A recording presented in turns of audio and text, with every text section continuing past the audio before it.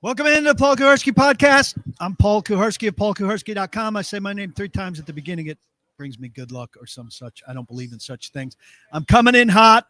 I'm at Edleys Barbecue, just west, if my compass is set correctly, just west of 65 on Paytonsville Road, Berry Farms. Listen, this Edleys is great. All the Edleys are great. Once again, I'm primed to get just at peak hunger. In 1 hour, I'm going to sit at this bar and pig out. You should be doing the same at Edleys. Spread throughout Middle Tennessee, here at Berry Farms, Franklin in the factory. 5 points where my friend Leon will make you up a great margarita. Sylvan Park, Donaldson, Gallatin, 12 South Nolensville. Get the fried ribs if you can, but everything on the menu is absolutely delicious. Yes, big pop-up. I am on YouTube, Twitter, live as we go. Later to be on Apple, Spotify, and iHeart. Welcome in. I'm glad to see you. We're going to review the Titans additions in free agency that they've made so far. We're going to talk about the quarterback options left and what I think is going on there. We're going to talk about reporting trends that are going on around the league in free agency. We're going to take all of your questions, but we're coming in hot because Mason Rudolph is signed in Pittsburgh, but the report is, and I'm sorry, I don't remember who I retweeted and commented on, that he had an offer to come to Tennessee.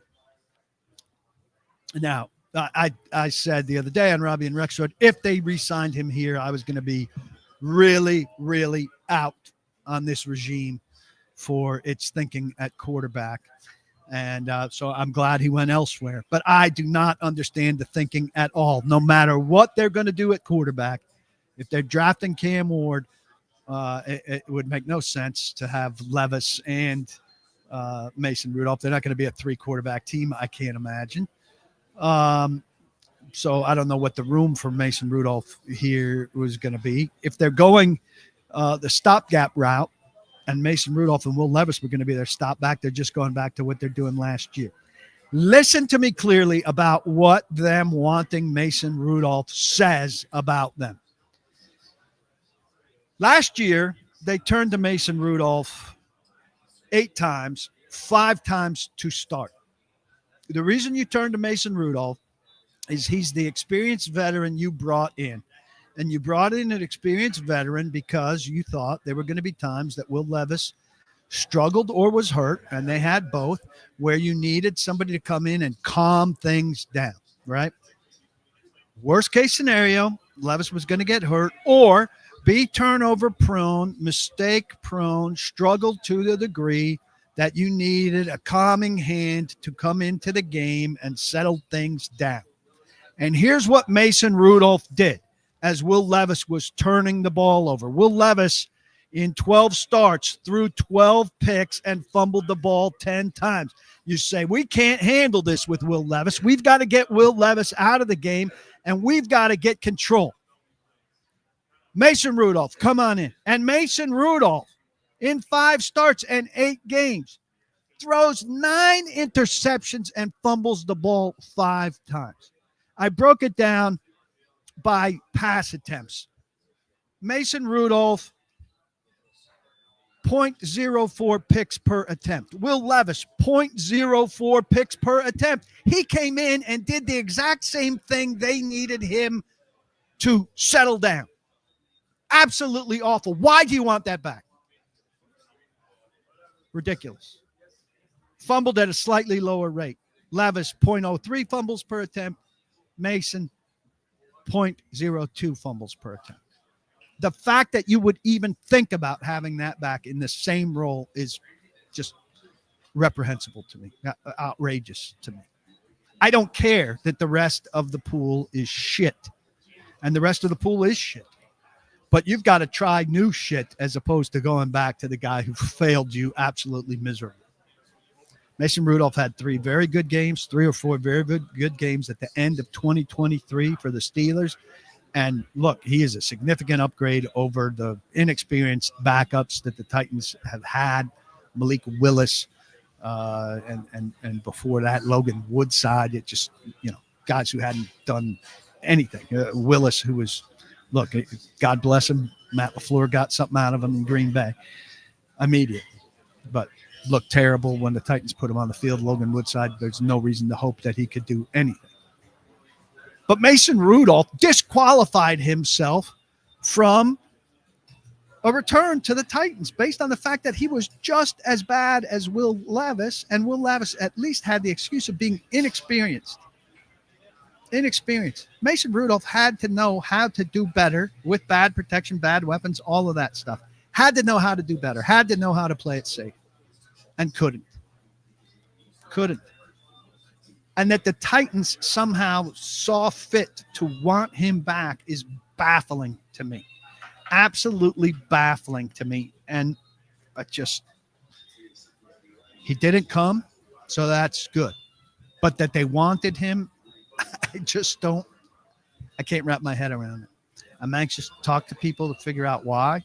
I did talk to people at the Combine when a report from Titans.com came out that said they were open to the idea of bringing him back, and my perception was it was just happy talk, and maybe agent talk. I heard from his agent after I tweeted something akin to what I'm saying now. Very popular around the league. I said, great. It's nothing personal against Mason, and I hope he goes and gets a good job. Just can't be here. And I'm sure as hell glad it's not here. Here's the thing. Everybody's going to say this. Another reason to sign Rudolph on a vet minimum would be to help the new quarterback learn the offense in the room. Then we could cut him for nothing later on. You don't bring him in to mentor first and play second. The first qualification is you have to be able to play. The quarterback is going to get hurt or something's going to happen. The backup quarterback has to be able to play. A secondary feature is that he could mentor. Right? You don't bring them in first as a mentor. They have coaches to coach. You let the coaches coach. The backup quarterback has to be able to play competently. If he can do that, then the mentoring is a bonus. Then you take the mentoring as a bonus. But you don't sign a guy to mentor who cannot play if you need him to play. That's just a bullshit idea. Fans buy way too much into that. Is it nice to have a guy in the locker next to the new quarterback who can mentor him? Yeah. Could Joe Flacco do that better? Joe Flacco's won a Super Bowl. He's a far better mentor than Mason Rudolph. And he has a chance to be better than Mason Rudolph because he's won more games than Mason Rudolph. He's old. Look, Joe Flacco's got a lot of issues. But he didn't do for this team what Mason Rudolph did, and I should say didn't do, last year. Ridiculous approach. And this mentoring thing. Oh, just bring him in to mentor. Was he carrying his bags around? Whatever. Also, Levis is on the roster. So is he going to be the third quarterback?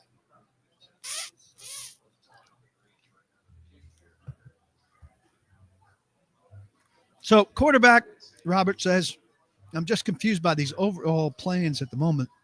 They've been contending type of moves, but quarterback is still really unclear, and it all depends on the quarterback. Well, of course. So look, every indication now, based on their non-movement at quarterback, and the only thing that we've heard is that they wanted Mason Rudolph, is that they're drafting Cam Ward at number one. That disappoints me because I'm not in love with Cam Ward. But I mean, if they love Cam Ward and they believe in Cam Ward, they should draft Cam Ward number one. The other scenario that I've laid forth multiple times is to just stopgap it. Well, I thought they'd stopgap it with somebody maybe like Mac Jones, who's now off the board, maybe like Jameis Winston, who's still available. My follow-up to the report that is Ben Volen from Boston put out, watch for Carson Wentz in the Titans. Carson Wentz would be really bad as a stopgap guy. I checked on that and was told they've talked to a whole bunch of quarterbacks. So who are our options as a better backup to Ward than Levis? And I think Levis is going to be the backup to Ward if it's Ward. Or who's the stopgap guy? Well, what's left? Jameis Winston is left. Carson Wentz is left. I don't like him at all. Gardner Minshew's left. Gardner Minshew and Jameis Winston are the same guy in that some weeks they're going to be really good and some weeks they're going to be really bad. Oh, well, when you're down to the 5 quarterbacks who are left and the game of musical chairs is up and nobody was great in the game of musical chairs, those are the kind of guys you're going to get. Drew Lock, I hate him. Joe Flacco. So I would say Winston, Minshew, Flacco. Flacco's the same thing, some good, some bad. Who's got the highest ceiling on the good? Winston. He might also have the worst floor. I mean, Minshew and Flacco are going to give you some bad performances, but I don't know if they're going to be 3 interception bad. Go ahead and tell me in the comments who out of that list you'd want as a stopgap. Robbie Stanley is in here, and he wants Jameis. Robbie Stanley has a love for Jameis. Robbie Stanley and I have talked about this on the air, on the game, where I am on Wednesday mornings. A lot of people think Jameis Winston will be highly entertaining, at least. Titans are going to lose. If they're going to endure another bad season, Jameis Winston will be entertaining. I think Jameis Winston makes no sense. People find it entertaining, his gobbledygook that he talks. I think he's nonsensical. I struggle with nonsensical people. A lot of people have rated some of these guys. Not a lot of people. A few of you who I engage with regularly have rated some of these guys on how entertaining Wednesday press conferences with me would be. I think I would have had a really tough time with Russell Wilson. I've heard his Wednesdays are like evangelical church services. I'm not evangelical. I've never been to such a service. I think I'd be a fish out of water there. And I'm not looking to go to church on Wednesday afternoons. No offense to anybody who is evangelical by any means. I think Winston makes absolutely no sense. And I'd like a quarterback to be able to help talk me through things, talk fans through things, not tell me about eating W's. Minshew serviceable, Aunt D says. RP would take Wentz. William wants the quarterback that would get them the number 1 pick. And I know a lot of people think that if they go the stopgap route, that's what they're doing, but they're not. They certainly want to try to win games. I mean, Amy Adams Strunk is very impetuous. They've sold her on patience, and she's bought it for the time being. Now, does she stick with it at the end of a bad 2025 season? We have no idea. And I think the people that have sold her patience have no idea. But they're certainly not losing and putting losses on their resume. They'd like to win as many games as possible, though they won't have the most talent. J.L. Brown would roll with Flacco because of his ability to read coverage and do the least harm. Could be a game manager if the running game is strong. Jude goes, way off the list to Cooper Rush, Brandon Allen, et cetera, et cetera. So he's clearly looking to tank. I mean, they'd be with Levis ahead of that. Levis is just as terrible as the backups I mentioned. Focus just doesn't want to see Levis as the day 1 starter. Blah. I mean, I think in the stopgap scenario, if you're with Jameis or Minshew or Flacco, those guys aren't starting 17 games.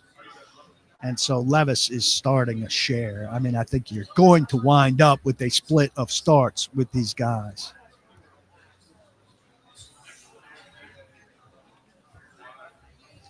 Juice. Been a while, Juice. Good to see you.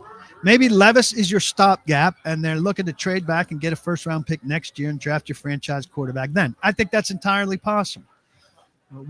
I think you need a co-stopgap with Levis. Juice continues. They still need edge, and Carter could be the best pick at this point. It will be another bad season, but possibly 2 top 10 picks next year. Well, I think you try to do as well as you can, and your number 1 pick is what your number 1 pick is. And then you've got a team to root against all next year with who you trade up with. I don't think the Giants are going to be very good next year with Cam Ward as their quarterback.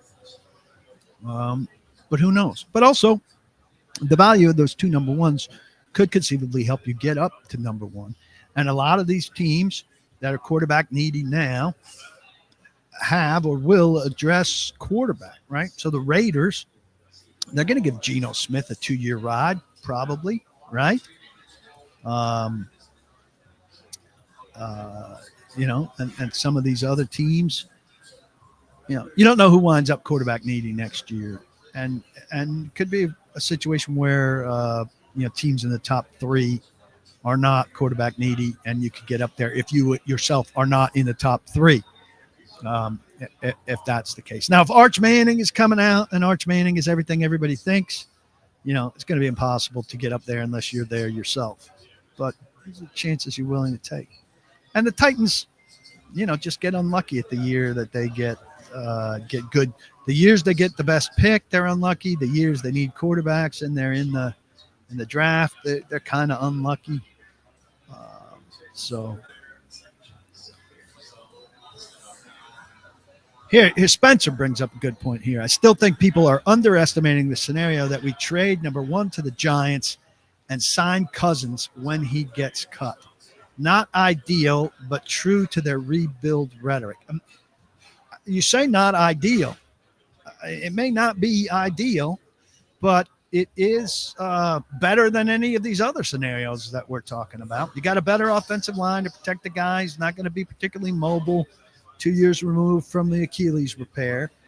He certainly can read defenses and get the ball to spots. And, that would be way better than a stopgap scenario. I think Cousins is superior to all of these guys that we're mentioning there on the market now. Now, they would have to know that this is coming in order to be as calm, cool, and collected as they are. But I'm glad you brought that up. And if that is a possibility for them, I think that'd be a great scenario for them, given the other possibilities. Sam's going to bring up another great one here. When the Bengals trade either Higgins or Hendrickson to the Titans, when the Bengals trade either Higgins or Hendrickson, the Titans should call Cincy and offer them 2 1s, including number 1 this year, and 3 2s for Burrow. I might start a little lower than that. But, yeah, there have been rumblings out there that a year from now, Burrow is going to really want out because Cincinnati is going to let the players that have made his version of the Bengals good, and he's going to be miserable with that. He's tight with Callahan, obviously, and if you could get Joe Burrow, I think you throw your plans for draft picks out the window. You do what it takes to get Joe Burrow, and you scrap it together for as long as you have to while you do what you can. And he elevates Bryce Oliver, and he elevates Josh Wiley, and you've got an offensive line that should be substantially better now. You've got defensive parts. You've got some 1-year contracts that you could keep going the 1-year contract method. I don't see how anybody could object to a plan to get Joe Burrow in the fold for the Tennessee Titans. That's a guy you give up what you have to get him. I think it's probably more realistic in a year. I don't know that it's part of why you wait till next year to do your quarterback thing, unless Burrow and Callahan are having a private conversation where Burrow's saying, I definitely am going to want out next year. But hell, you could get anywhere near Burrow. Ed Henry says he's still not sold that Cousins won't be released before his bonus on Monday. Here's another tip. I've said that Russell Wilson's definitely not coming here. Titans don't want him. I'm hearing there may not be a market for him. I mean, he's going to Cleveland for a look, and then he's going to visit the Giants. I mean, when you've got to visit, when you're a big-time quarterback veteran name, that's not a good sign for you. You got to go over there and court them. I think he's got an ego where he thinks they're going to court him, and I think he's in a very difficult situation. His legs are gone. He throws that, balloon pass that's very pretty when it works, but doesn't work at a high rate. And he's a pain in the ass to deal with. Not at Aaron Rodgers level, but one level below. Those are the two guys that happen to be at the top of the list left. If you're not a member of PaulKuharsky.com, I'll tell you this. If you had been a member of PaulKuharsky.com on Sunday, you would have read a list of 9 or 12 guys that I put out that told you to look for the Titans, and you would have known to look for Kevin Zeitler. You would have known to look for Dan Moore. You would have known to look for Van Jefferson. 3 hits on that list of guys that the Titans were very interested in. They were interested in Jalen Moore. I told you that in there, and other guys that they missed out on that I'm quite confident they tried to negotiate with as well. So you missed out on that. If you're as big a fan as you say you are, I would think you'd want to read stuff like that ahead of time. $7.50 a month, $81 a year. Really, really, really support independent journalism on the Titans. Quite frankly, I've been ahead of a lot of stuff. I've told you about guys not getting tendered, Mike McCoy joining the staff, et cetera, et cetera. I'm tied in. I'm locked in and ahead of the curve. So podcasts like this are made possible by Edleys, made possible by Zen Sports, and made possible by the membership of a very tight group of people who are smart enough to support the cause. I urge you to come and support the cause. Very easy to subscribe. Great content. And James Foster is aboard. He's writing excellent stuff pre-draft, during free agency, reacting to these guys. Really smart with film. Mike Herndon still contributing. Blake Bedingfield will be contributing before the draft. Don't miss out on all that stuff. Sign up now. See a lot of names who are regulars in here, and you should be regulars at the site. Like Jude Kingry, who I don't think is a member. I don't see too many functional backups, June writes, at the moment. I don't want a tank, and I don't know that there are many functional stop gaps left. Yeah, I mean, that's where they are. So does that say Cam Ward, or does that say scrapping it? Duck says he would just run it back with Levis. You know, Levis is working with Carson Palmer's brother, you know, so you get 2 good months of work in with him. And, you know, I don't know that all of the Levis stuff is fixable. Certainly he'd be in better position with a better offensive line.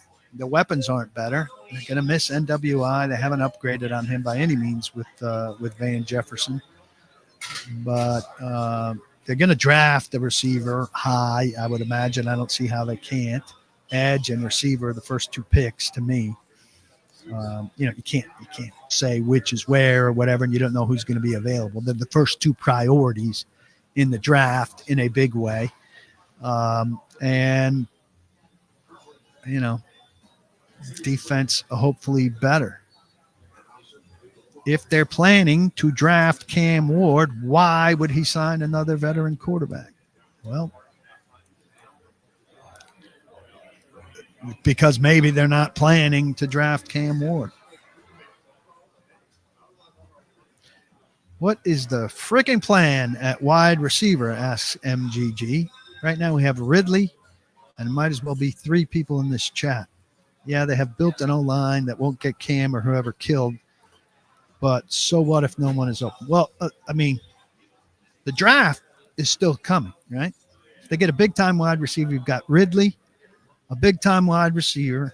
I think they can get something out of Jefferson, and I think they think Bryce Oliver is the next NWI and that he's got speed. So there are your 4. Is it great? No.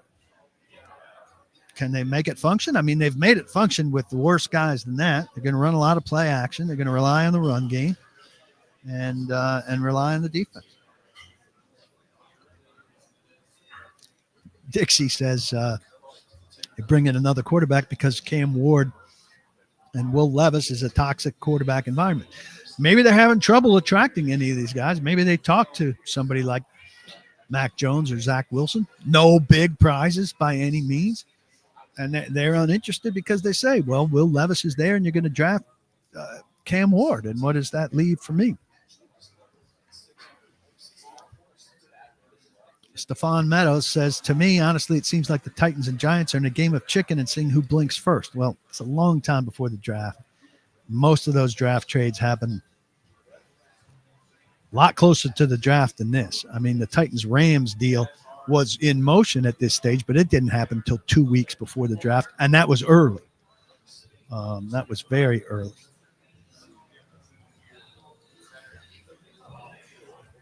Yeah, Robert, I disagree with you here. Robert says, the fact that the Browns and Giants are entertaining the veterans either means the Titans are taking Ward or everyone is kind of out on the top quarterbacks in the draft. They're entertaining visits. Talk to me when they sign somebody. Entertaining visits doesn't mean anything. It means they're examining all their options. Sam says, what if you're picking 10 next year? You're going to want to give the Panthers a package to move up if the teams at 1, 2, 3 don't want a quarterback? I am if I love a quarterback there and I didn't take one this year. I mean, at some point you got to make your move and get your guy. And you're kind of committing to doing that if you don't take Cam this year. So if you're not taking Cam at 1, I'm anti taking Carter or Hunter at 1. You got to get out. You're getting out for whatever you get. So ideally you're getting a number 1. So if you're picking 10 next year, where are the Giants picking? Where are the Jets picking? Where are where's the mystery team that trades up picking? You've got their 1 in my scenario. Where are they picking? Are they picking 6, 7, 8, 14? What kind of package can you put together to move up? You've got more than your 10th pick to move up with. And I'm not saying you've got to use both of them to get up. Maybe you do. But if you're at 7 and you've got to go to 3, well, that 4-pick jump, does that cost you another first-round pick? I don't know. The Titans, why would the Titans love the depth at edge if they're taking Carter? They're taking 2 edges? I think they'll take 2 edges. I mean, unless we see something else go on here in free agency, I think they love the depth at edge. My perception coming out of the combine was they were going to go heavy in free agency on offensive line, which they've done. They've signed 3 guys, and that they were going to go heavy in the draft at edge. So they've signed an edge in Draymond Jones, who's an intriguing guy. Kind of in the mold of Danico Autry, not as good, but in that mold. And I think 2 more traditional, lighter edges in the draft. 1 high in the first 2 rounds, and 1 probably more fourth, 5th. But yeah, I think they're taking 2. It'd be okay for them to have 4 edges, right? And, Arden, Key, and Jones are not guys that like you can't not play, and you can account for injury, and you can mete out snaps. And, your second draft edge might be a little bit that needs some time. Key is, I think, certainly in his last year. And it's okay for this team to plan for more than this year. It could be one position where they're actually planning for more than this year.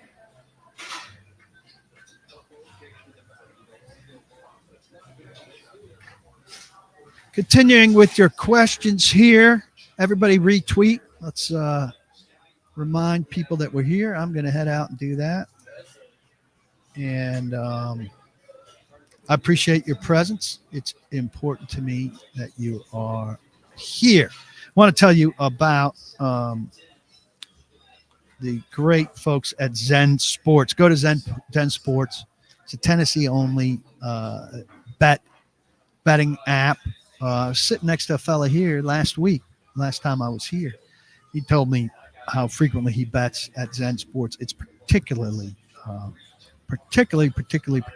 excellent for people who bet a little higher stakes. So if you got something that you really, really want to put that you're really, really confident in, and you're at another one of the sites, and you say, man, I wish I could go higher than their maximum. At Zen Sports, odds are very, very good that you could go higher than the maximum. So if you're making the same bet at multiple apps in order to put down as much as you would like to put down or get close to as much as you would like to put down, go to Zen Sports and you can put it all down. Their limits are much higher than a lot of the places that you're probably betting. Go there and use the code TNPaul. Let them know that I sent you. And I think you will like their service a lot, especially if you are a high dollar person. Their perks are excellent. My friend here last week told me he wanted to go to a Grizzlies game against, I can't remember what team he's a big fan of. Maybe it was Sacramento. And he said, hey, hook me up with great seats to Sacramento at the Grizz. And boom, they hooked him up.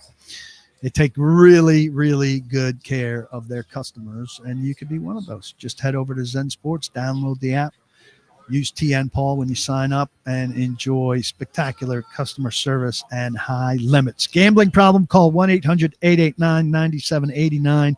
Terms and conditions, of course, apply. Must be 21 and over and in Tennessee to bet. They take good care of me.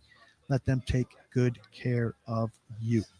Appreciate you supporting them very much. Retweet, thumbs up, and subscribe on YouTube. Like, rate, and review if you're listening on Apple, Spotify, or iHeart. Become a member of PaulKuharsky.com and be part of the in crowd. Let's talk a little bit about the guys they have added. I wrote a piece today that you should definitely read about the durability of the players that they have added. Look, we saw last year Cushenberry, and you can't predict some of these things, and these guys had decent play rates coming in.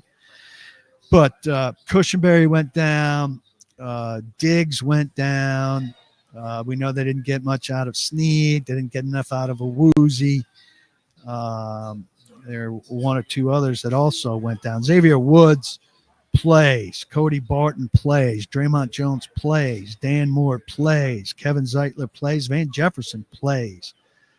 Johnny Hecker's never missed a game in his career. You expect punters not to miss games, but then you think about Ryan Stonehouse getting destroyed a couple of years ago. And, I think the Titans have been fortunate with their punters. You look around the league, and there are punters that have hamstring injuries and soft tissue injuries and game day decisions being made on them. A lot of time, Blake Hance, the reserve offensive lineman, I looked pretty closely. Now, you can't just say how many games he played and didn't play because he was a practice squad guy and he was a bench guy that was a scratch sometimes.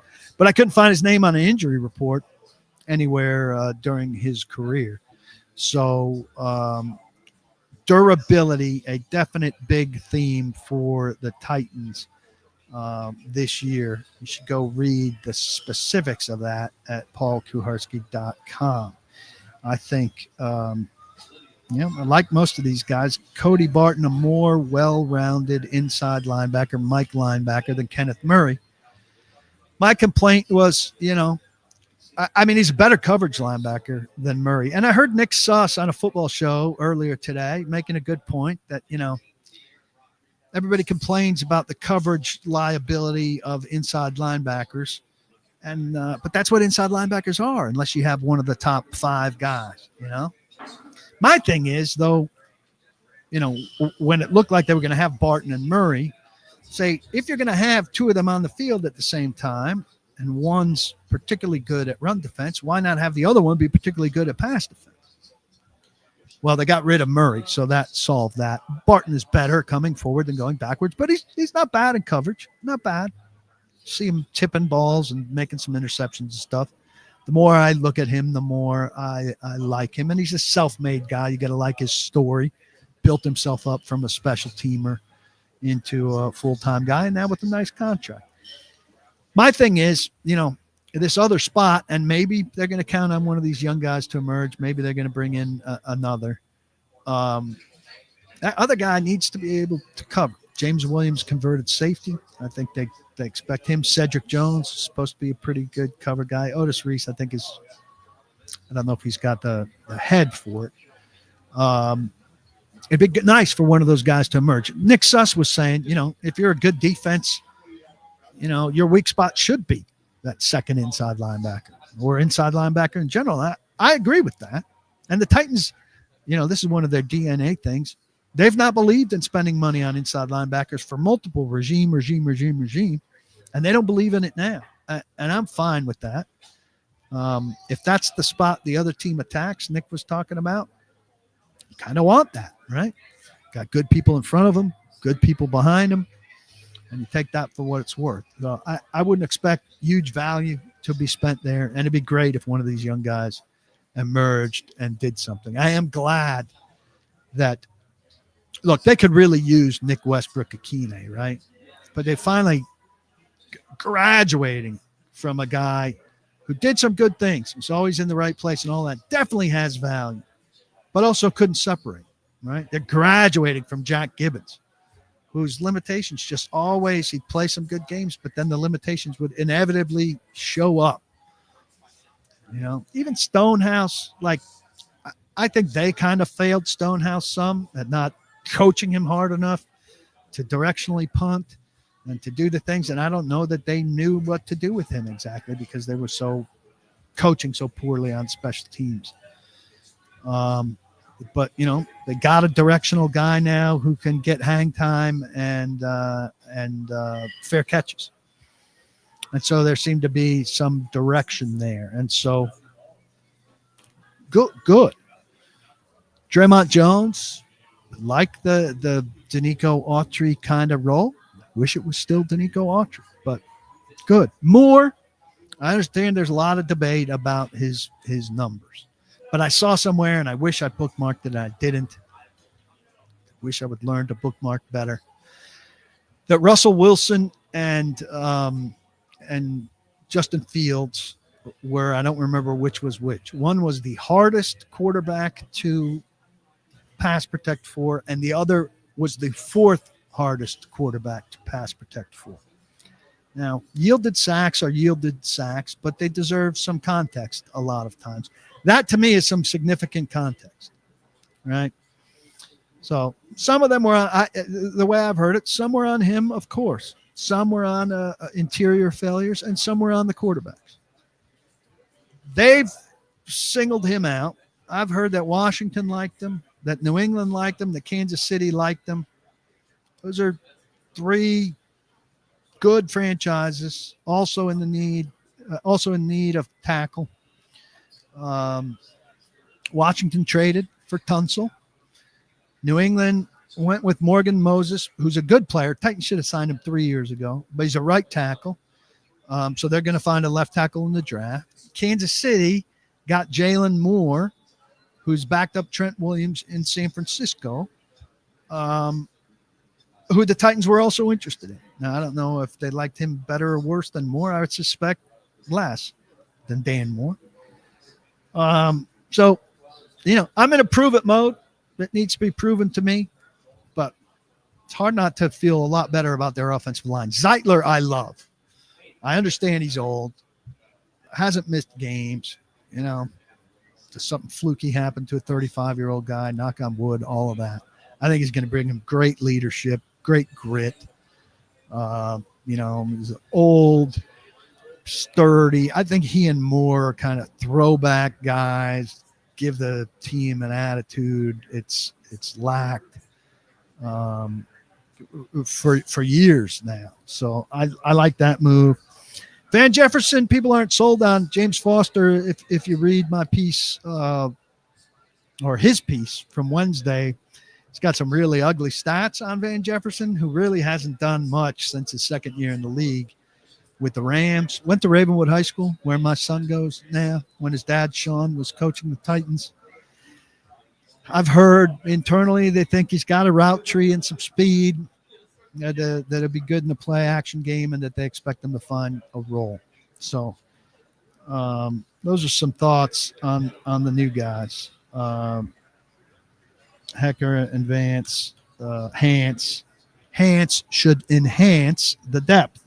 But what else is on your mind? So how do the Giants look good with Cam Ward, but the Titans don't? This cracks me up, EA says. Who's saying the Giants look good with Cam Ward? I don't think the Giants look good under virtually any circumstances. I think the Giants' leadership is bad.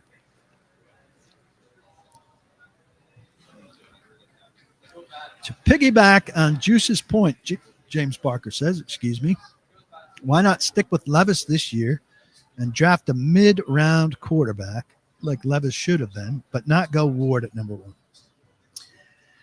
Because you don't go into the draft and say, what we're going to do is just draft the mid-round quarterback. First off, you have to like the mid-round quarterbacks, and this is a bad quarterback class. I think the only quarterback they think is worth a shit after Ward is the Syracuse kid, McCord, and I don't think they think he's that great. When you draft mid-round quarterbacks, they generally are projects that need time. So if you're not drafting Cam Ward this year and you haven't signed somebody that's a long-term answer, you want to sign a project that needs development time?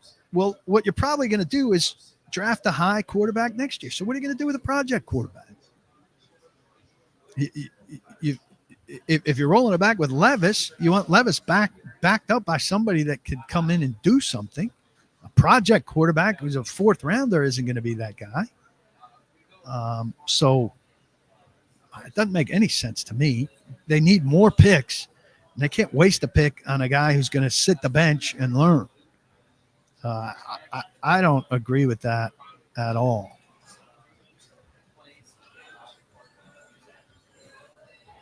What else do we have?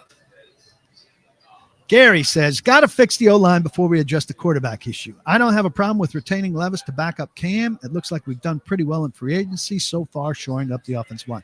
I mean, I think the offensive line work is done outside of maybe, a developmental guy later, guard or tackle, doesn't matter. They do need somebody that can play some center, so an interior backup. Because Cushenberry's probably not going to be ready. But this is false that you have to fix the offensive line before you can install the quarterback. I mean, if you find a quarterback, you take the quarterback. You can't wait for everything to be perfect around it. If you happen to be, Sam is in here saying, if he's the guy, he's the guy. Now, I don't necessarily think he's the guy, but I'm not a quarterback talent judger by trade. Borgonzi and Brinker and Ziegler and McKenzie are, and Callahan. So they've got to know. But Joe Burrow came into a bad offensive line. Josh Allen came into a bad offensive line. Now, we know Cam Ward's not their level of talent, but sack avoidance is in good share a quarterback deal. Now, you don't want him to come in and get, destroyed like Carr did in Houston, but they're beyond that point now with the personnel that they have. So you don't want to draft a quarterback into an awful offensive line situation, clearly. I think they're beyond that. But if the quarterback's there and you don't have stuff, you got to take the quarterback, and he's got to deal with it. You can't say, oh, my God, look, we got Peyton Manning there, but can't take him because we don't have the offensive line pieces. So we're going to adjust the offensive line and wait on quarterback. That's ridiculous. Somebody said that Cousins, Robert's asking the timeline on Cousins. He's got a bonus due next week. EA asks, how is Arch better than Ward right now? I don't know. I'm not a big college football watcher, but I've had a scout tell me he would his team would take Arch right now, unhesitatingly. He didn't say that about Ward.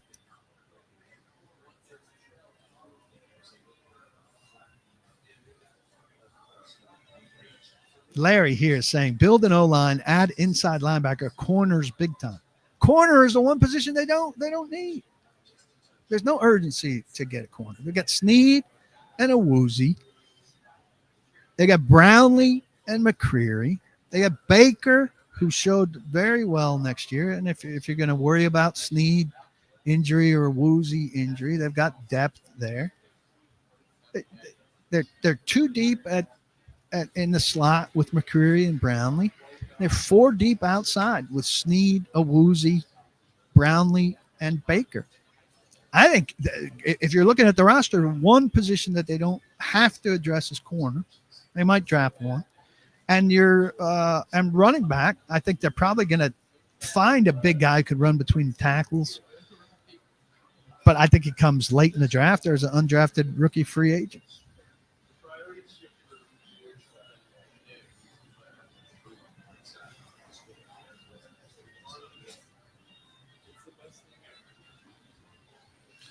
Cousins' no trade clause isn't going to matter if they cut him, UW, and he wants out.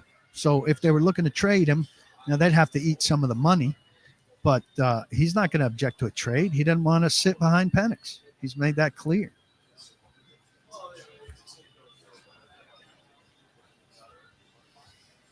If the Bengals, Sam Richardson said they'll never trade Joe Burrow. This topic's a waste of time. If the Bengals wind up losing Hendrickson, losing Higgins, and Burrow very publicly demands out and can get a huge haul for him, it's not inconceivable that the Bengals, not the smartest organization in the league, would deal him for a huge bounty and kind of reset. Be exceptionally disappointing that they only made one big run with him.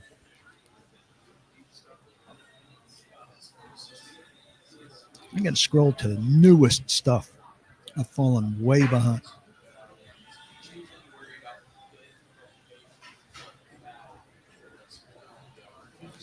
Robbie Stanley, quarterback 2, Allen. I don't even know which Allen you're talking about, Robbie.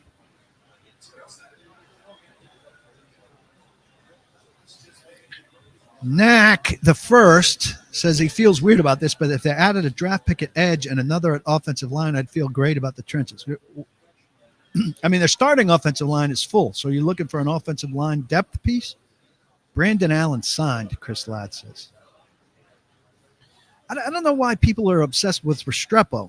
He's a slot guy, right? I need a receiver to play outside for sure, maybe the inside. But I'm not concerned with a guy who's predominantly slot. Titans just signed Brandon Allen?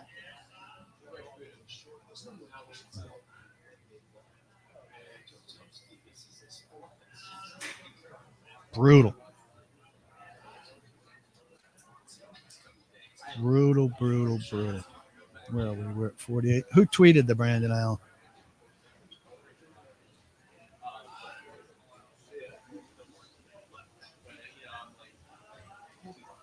Looking for that so that I could comment on how much I don't love it.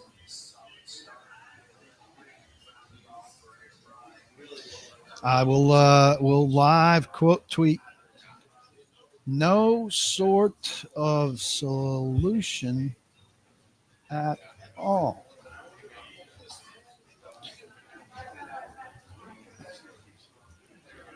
Compete with Levis to back up Ward? Question mark. Loser out after camp? Question mark. If these are the two, misery ahead. Hashtag Titans. That was fun. That is me tweeting. Wasn't that enjoyable? I should have taken down that comment. Sam says Levis ends up traded for mayonnaise to whoever loses the Rodgers sweepstakes. I can't see anybody wanting Will Levis. I don't know that Jude jinxed us. I don't really believe in jinxes. So everybody's excited about that Brandon Allen pick. If it wasn't already obvious, Tall Texan said, is it obvious the Texans are tanking now? That's what I'll call it. What do you call it? Well, what if they draft Cam Ward? What if those are their three quarterbacks, Cam Ward, Will Levis, Allen, and they take it from there, and maybe they're a two quarterback team, and maybe they're a three quarterback team. It's not tanky. If it's Allen and Levis, yeah, I mean, they haven't done a lot. Haven't done a lot. Yeah, NAC says he would draft a starting tackle to compete more as a backup to him. I hate to break it to you, NAC. They're not paying $20 million a year to a backup. He started for 4 years for Pittsburgh, and he's going to start for 4 years for Tennessee. It's ridiculous. I mean, he might be a backup to you, and I don't know what kind of offensive line and football expert you are. But the Titans did not just sign him with $50 million guaranteed to an $82 million guarantee, to an $82 million contract as a backup. You're check out Blake Hance. That's a backup. It's silliness. I mean, you might believe it, but you can't say it.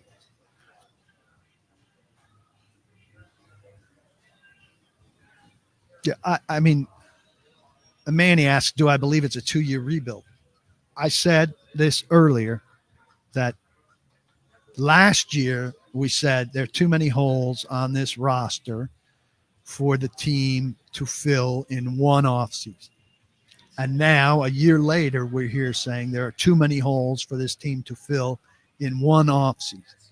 We cannot be here next February or March saying there are too many holes to fill in one offseason. If we are, they are in dire, dire trouble. And I know internally they understand that next year, which they kind of consider year 3, they have to be making a significant jump.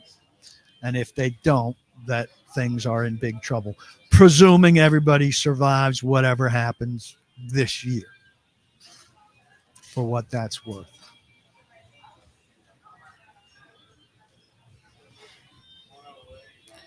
Is picking Ward also a longer-term commitment to Callahan? I don't think they're thinking, is picking Ward a longer-term commitment to Callahan? I don't think they're thinking in any way, shape, or form about what does or what does not mean better things for Brian Callahan in 2025. I think they're all unified going forward, trying to build the best team that they can, that it's going to be more than a 1-year thing here, and that they've sold Amy on patience and discipline, and that they think that she's bought that. And if she has not bought that, if she comes out, you and I should be thinking that. Unless it's a complete disaster. If she comes out during or after the season and makes a move that does not gel with the idea that she's going to be patient and disciplined, then it's on her. Then she, once again, has come out and turned against what she has said she would do. And I think she's set the franchise back. She's empowered these people because she believes in these people. Whether we think that they deserve it or not, I think we can concede that they have some level of qualification to go forward from here. And that we're not going to be able to judge their body of work on January 10th, 2026. Are they the best possible people? Are they the best people in the league? No. Could they be good? Yes, but we're not going to know if they're good in a year. We're not. 2 years, January 10th, 2027. Judge. Absolutely judge. And I felt that way really as they were finishing this last year, as much as I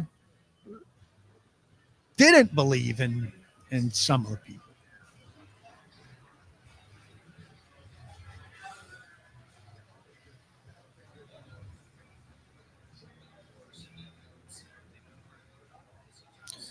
Titans have maybe overvalued linemen in recent drafts, says Luke. Do I think this is a problem if it continues? Pointing to Kuharsky and Latham seem to have been taken a little too high. Look, they're in a position where they were desperate for offensive linemen. I think, to take a guard at 11, he's got to be, regular all-pro, if not a, potential Hall of Famer. Latham now is going to be a right tackle. They'll tell you need 2 tackles, so it doesn't matter which side he plays on. They overvalue them. I don't know. They're both going to go somewhere soon after that.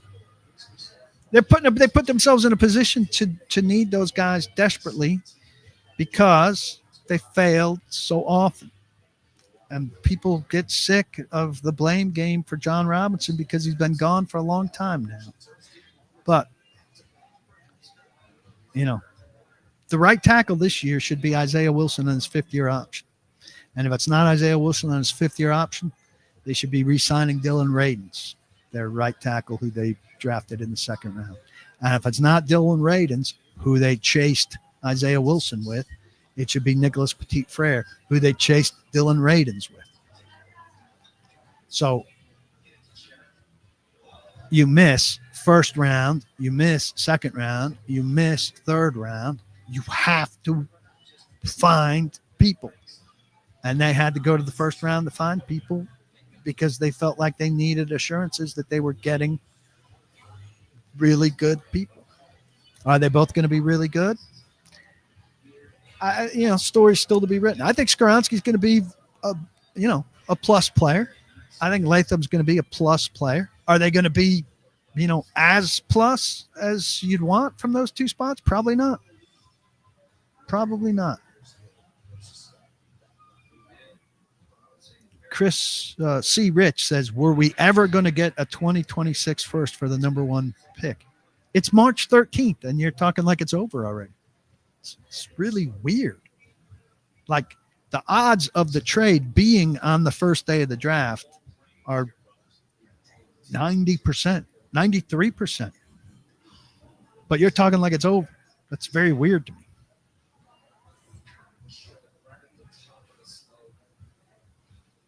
Garrett Cole stuff sucks. I mean, how do you not, when he had arm trouble all, for the first half or the first third of last year, do you not then really vigorously check out his arm after last season, put yourself in position to know he needs Tommy John and get him, 5 months ahead of the curve?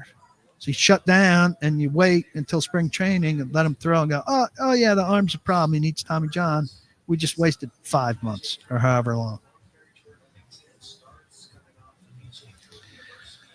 What wide receivers do I like out of the draft? I really like Bash, and I think he'd be a phenomenal receiver in the NFL. I think he'll do everything right, and he'll be in the spot, and he'll catch everything. But I struggle with, is he dynamic enough to be your 2nd round pick? Because I think you'd have to take him at 35 to get him.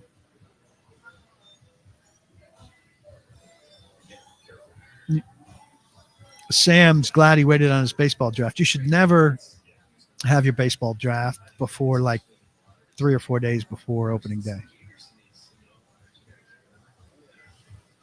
Jude said, did Joe Alt or Fashanu really end up substantially better than Latham? I don't see it.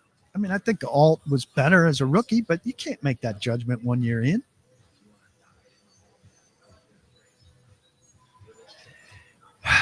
Hayden wants to know my ideal first 2 rounds. I'm really up in the air about Abdul Carter because of the foot. I'm worried about the foot. That foot turns into something and you're screwed. So I don't have an ideal first 2 rounds. I want I still want him to trade out, but I'm having trouble wrapping my head around Allen and Levis. So I need some time.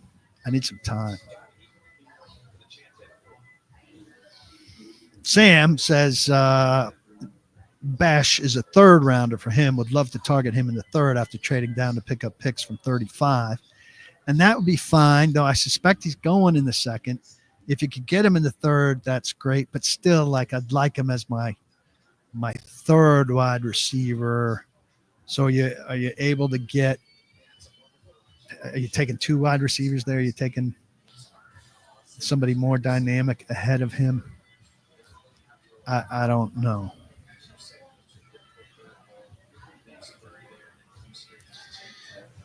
Ed Henry says the multiple fifth and sixth rounders could be used to trade for a wide receiver as well. Seems like the going rate.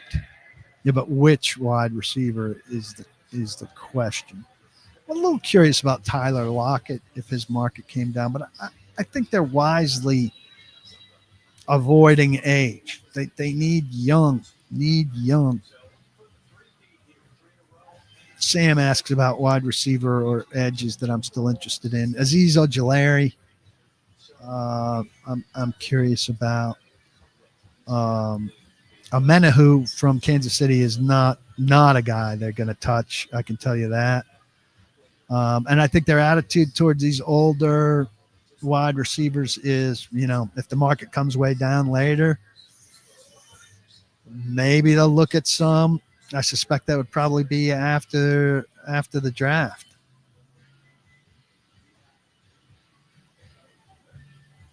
Sam's got a good idea here. You could see him going Ward Higgins and kind of duplicating what Cincinnati did with Burrow. That wouldn't be bad. All right, we're close to the end here. Get your last questions in. It's been a really good crowd, really good conversation. I like Trey Harris.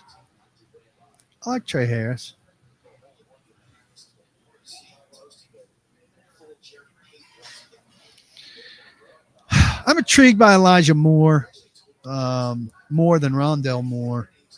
But, I think you got your reclamation guy in Van Jefferson. So, Luke says maybe the foot allows the Titans to trade further back for Carter. Maybe his stock has fallen enough for them to be able to go back to 5 and still get him. I don't think so. I don't know. Could I see them trading back from 1-1 and taking a wide receiver not named Hunter if Carter is gone? Depends on how far back. But I think if they traded back further than 3,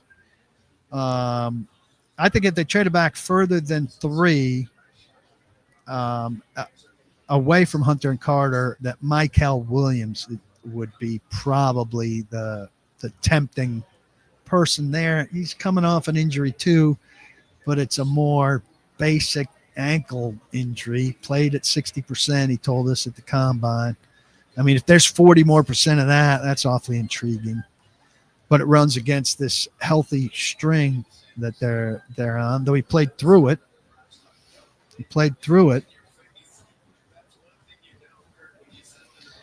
I don't know. Ed asked, do I agree they've reached the point where teams have the leverage and the asking price starts going down? It's only the second official day, so I don't think we're there. Nicholas says Titans' history with first-round wide receivers is not what you want. That doesn't mean you stop trying. I do think there's some DNA things involved with the organization, but you can't say Titans' history with first-round quarterbacks isn't what you want. But that doesn't mean you don't ever take a first-round quarterback because of that. Sam reminds me that Williams ran well yesterday at his pro day, so that's good.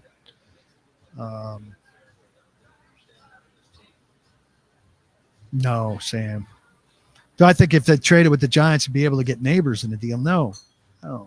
Neighbors is a building block piece for the Giants. That's like if you flip the thing saying like if the Titans were third and they were trying to get the first for Cam Ward, that's like saying, do you think the Giants would be able to get Latham from the Titans in a deal? Well, what sense would that make for the Titans to give up, last year's first round pick? It's not last year's first round pick that gets next year's first round pick. A no name, not a guy that's already there. What's my go-to meal at Edleys? I like the fried ribs. They don't always have the fried ribs. Oftentimes I get the appetizer, which is like a bed of French fries with whatever meat you want on top of them with barbecue sauce inside. It's like a nacho plate, but it's on top of French fries. And I'm coveting that right now. Got to go back to 2007 to find the fifth first rounder we've extended, almost 20 years. They suck at all first round picks. Just trade them all. So it's been 5 first rounders extended since 2007 is how I'm reading that. All right, folks, it's been really good. Nice audience. Appreciate that. Very kind of you to come. Eat at Edleys like I am about to do. There is one near you. There is one near absolutely everything.